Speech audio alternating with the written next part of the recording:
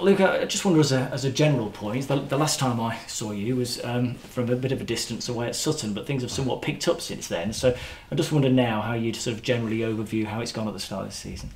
Yeah, that was a tough first game for sure, and I think we're okay. We're in an okay position, but I wouldn't say better than that at the moment. I think we've got a lot to do.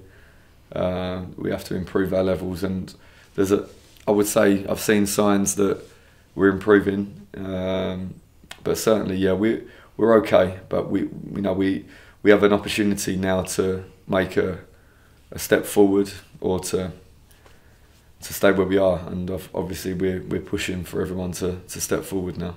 Results would suggest there's been quite a quick turnaround already. Would you say there has or not? Well, there needed to be a very quick turnaround from the opening day, but that's not enough. And we have to take things out. We have to take some errors out of what we're doing, and we have to improve our quality and be more efficient at what we do well. And like I say, I think we needed a very quick turnaround after Sutton. So there's a few things that I would say I needed to do as a matter of urgency, but it's unsustainable. And now we need to bit by bit we need to improve. When you use that word errors, and they're errors that they're not tactical things or anything else, they're just errors, balls being given away or dallying on the ball or whatever. What could you do about that as a coach? It all comes from somewhere. The errors don't arrive on their own. They come from something that happened before, and you have to trace it back. And often it will be. Something that is a tactical position, something that is something that we would say is like a non-negotiable part of our play. And often when you trace back from a bad error, it comes from sloppiness previously, and that's what we have to guard against. And okay, maybe the step up in level means that you don't have as many moments to get organised. You have to do things quicker. Maybe you would have got away with some things that you won't get away with at a better level.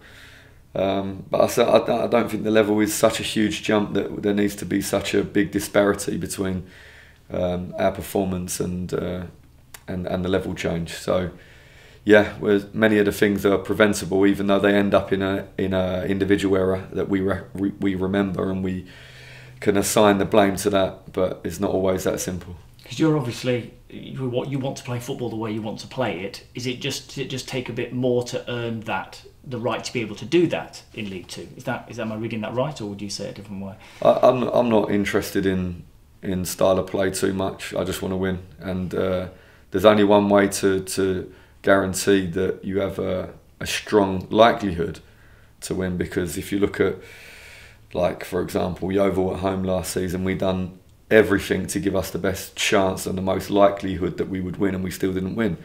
But overall, I would say we created enough chances to win games and denied enough chances for opposition that we won many games that we deserved to win, and we have to try to do the same thing. And really, the style is the style of play is a consequence of trying to solve problems, just purely and simply that, trying to solve a problem of how do we get the ball in the opposition box many times, and in that process how do we deny them opportunities to get the ball in our box many times. Because really and truly, other than a few freak goals that you will concede, the majority are conceded by balls being played into the box. Then how do you prevent the balls being played into the box? We have two main things, of course, is the flow of the game when the ball is live, and the other one is dead balls from set pieces. So we play in a way to try to solve problems, and that's all it is. And maybe I hope that the style is agreeable to a lot of people, but it doesn't come from style first over substance. It's the other way around. Yeah, and can style evolve then? Does it evolve? Is it going to continue to evolve, do you think, throughout this season? Yeah, it evolves depending on the players that we have and the capability, or if there's something that needs to be hidden from the opposition, and of course the opponent. They're the two things that will change the appearance of the team and the style. the style will always be a product of problem solving, and more problems, more changes, less problems, probably more similar. Speaking of the players that you've got a week until deadline day, which of course you didn't have last year. Do you think there'll be any movement between now and then?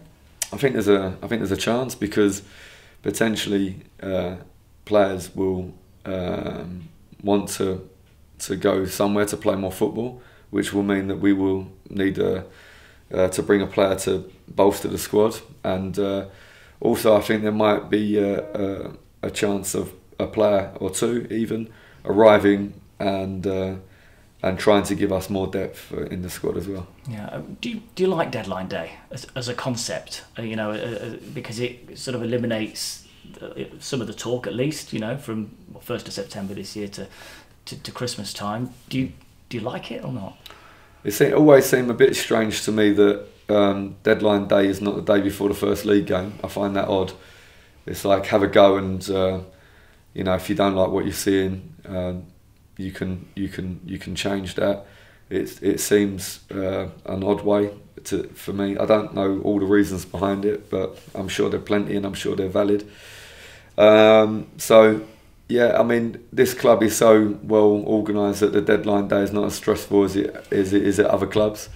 I imagine there's going to be a lot of clubs with pizzas being delivered at 11 o'clock, and furious conversations going on for an hour after that, and just really, really stressful. And seems like when you have a project to do at school and you've done nothing at all, and then you tell your parents that the last day of school holiday I have a project and it has to be all glued together and I have to make 5,000 pages, and it seems a bit like that to me. Is that what it's been like for you in the past then? Is it late nights? Yeah, for sure. Late nights, and you have a 5-minute window, you're signing the player. Next 5 minutes, the player is signing somewhere else. Then you've agreed the terms with the club, and then not with the player, then vice versa.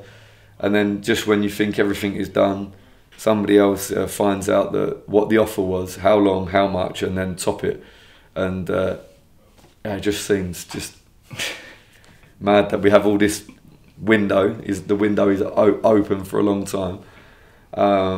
It just seemed a bit crazy like that, but well, yeah, we will see, because maybe my tune will change if we sign a player on deadline day, and then I'll be sitting here saying that we timed it perfectly.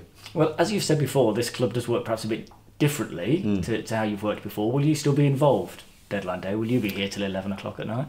I'm always involved, but I don't have a huge role in the recruitment as we know, and I think this is really healthy because it allows me to focus all my energy and all of my time on the players that are currently in the building that deserve every bit of my energy.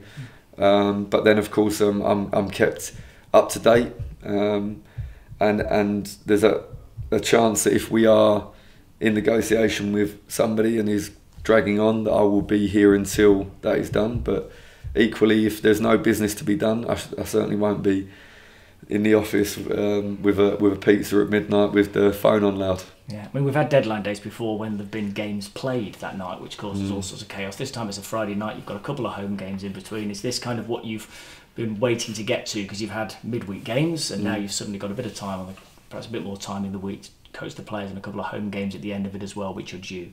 Yeah, absolutely. And I think everyone will tell you that's in football that players can really have a very bad experience with the deadline approaching. I think even the January window last season for the EFL was closed. I think the day after Solihull, I believe that's right.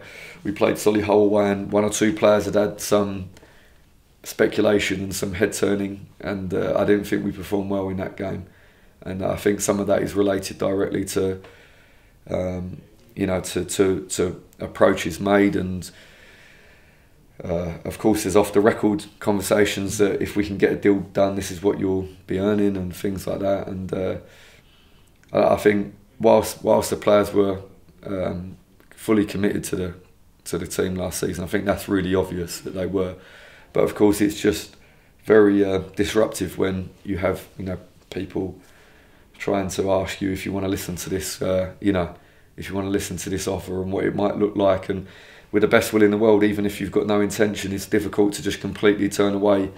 I'm sure everyone would understand that there's some level of curiosity that you want to know what is being said. And that's not a great way to prepare for a game of football. It's really not. And these sort of things we all have to deal with. Everybody in football has to deal with the same issues. But yeah, to some extent, it feels like it can be avoided. But on the pitch, a couple of home games.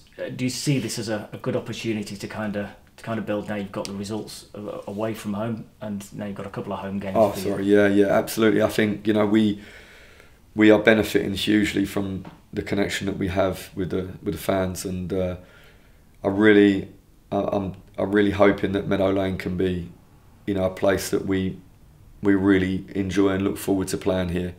And I'm excited to see the team again with a great crowd, with a beautiful surface. You know, we look fantastic in the new strip. You know, it's there for us to go and, you know, to go and play our part and bring excitement and success to the club again. So yeah, we cannot wait for 2 home games, and like you said, we've got time in between to work and to try and sort out our performances and our problems, and then go and make a really great display on the match day. Great stuff, Luke. Thank you very much. Thank you. Luke, we haven't seen much of Ollie Tipson yet. What's the situation there?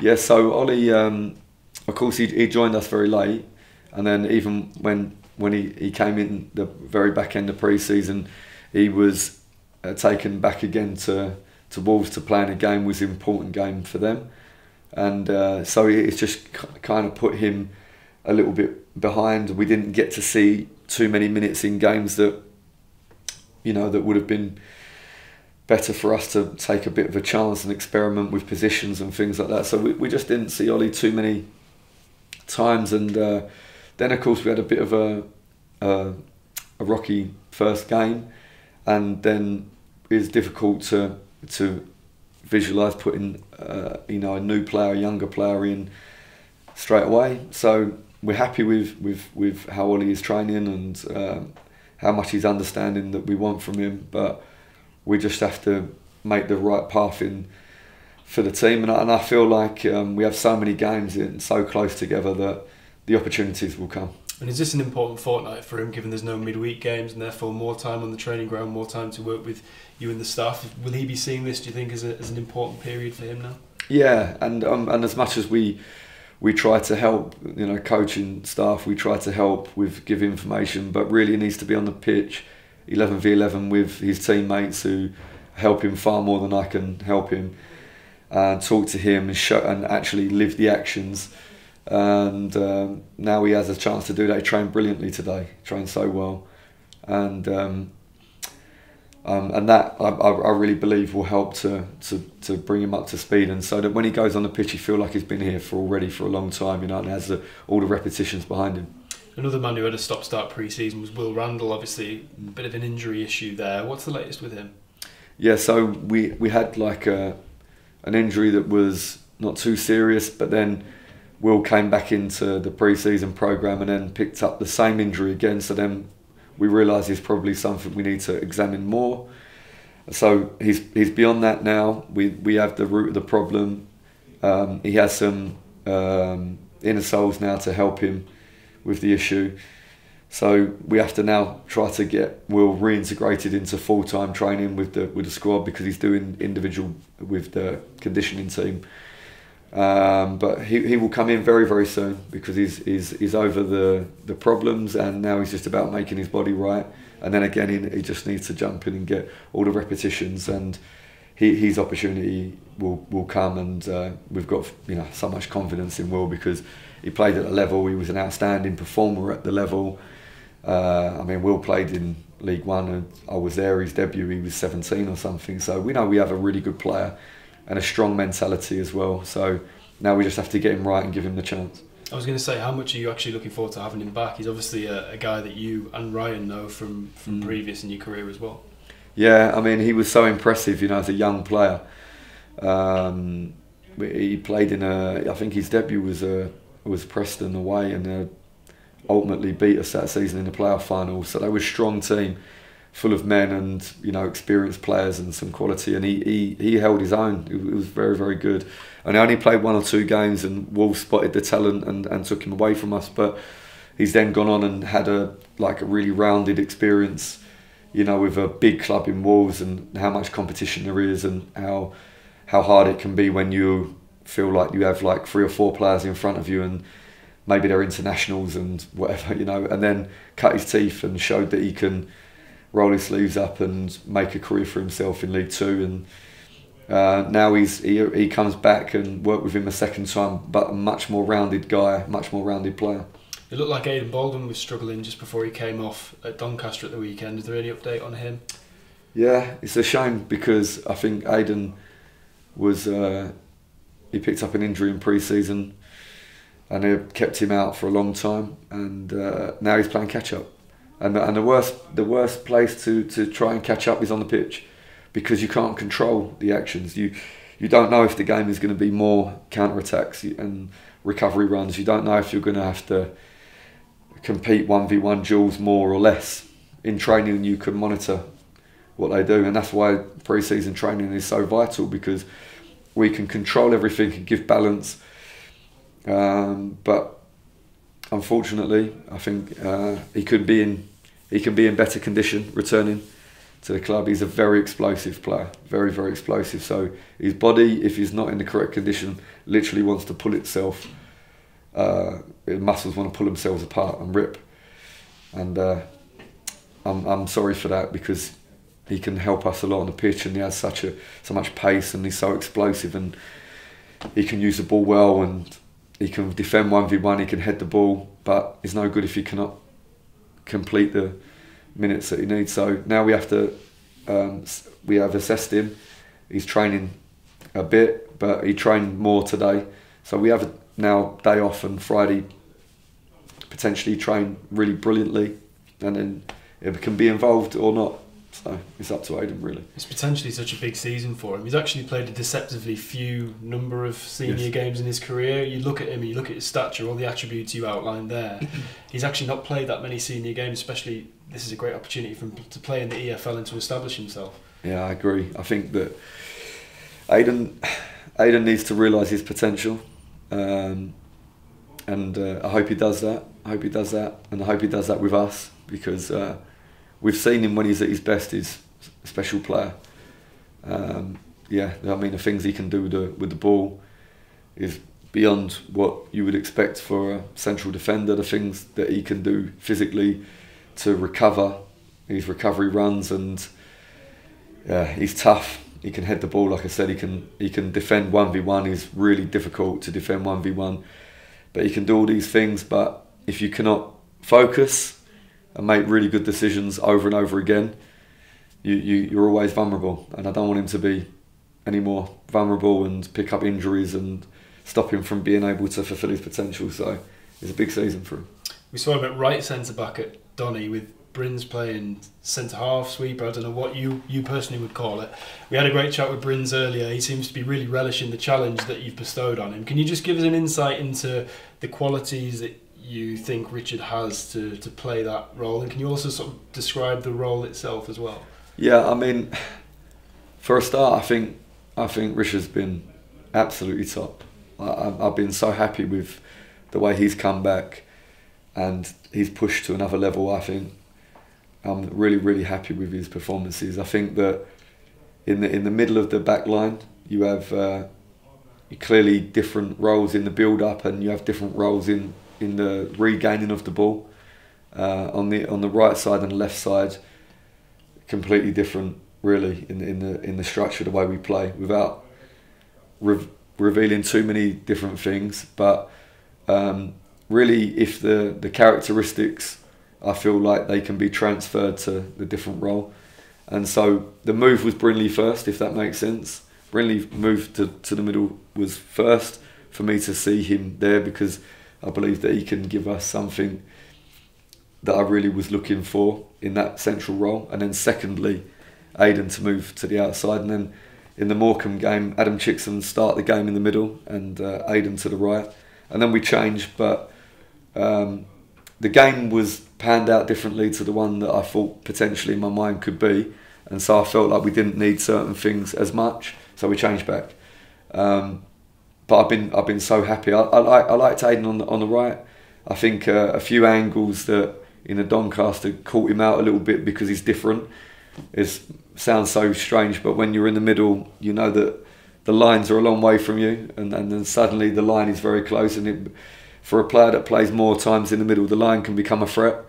It's like, well, I'm close to the edge of the pitch. Like, I don't normally get too close to the edge of the pitch, but one or two times he felt a little bit claustrophobic for Aiden, I think. But then equally, some really brilliant actions. He stepped forward and took territory on the right side.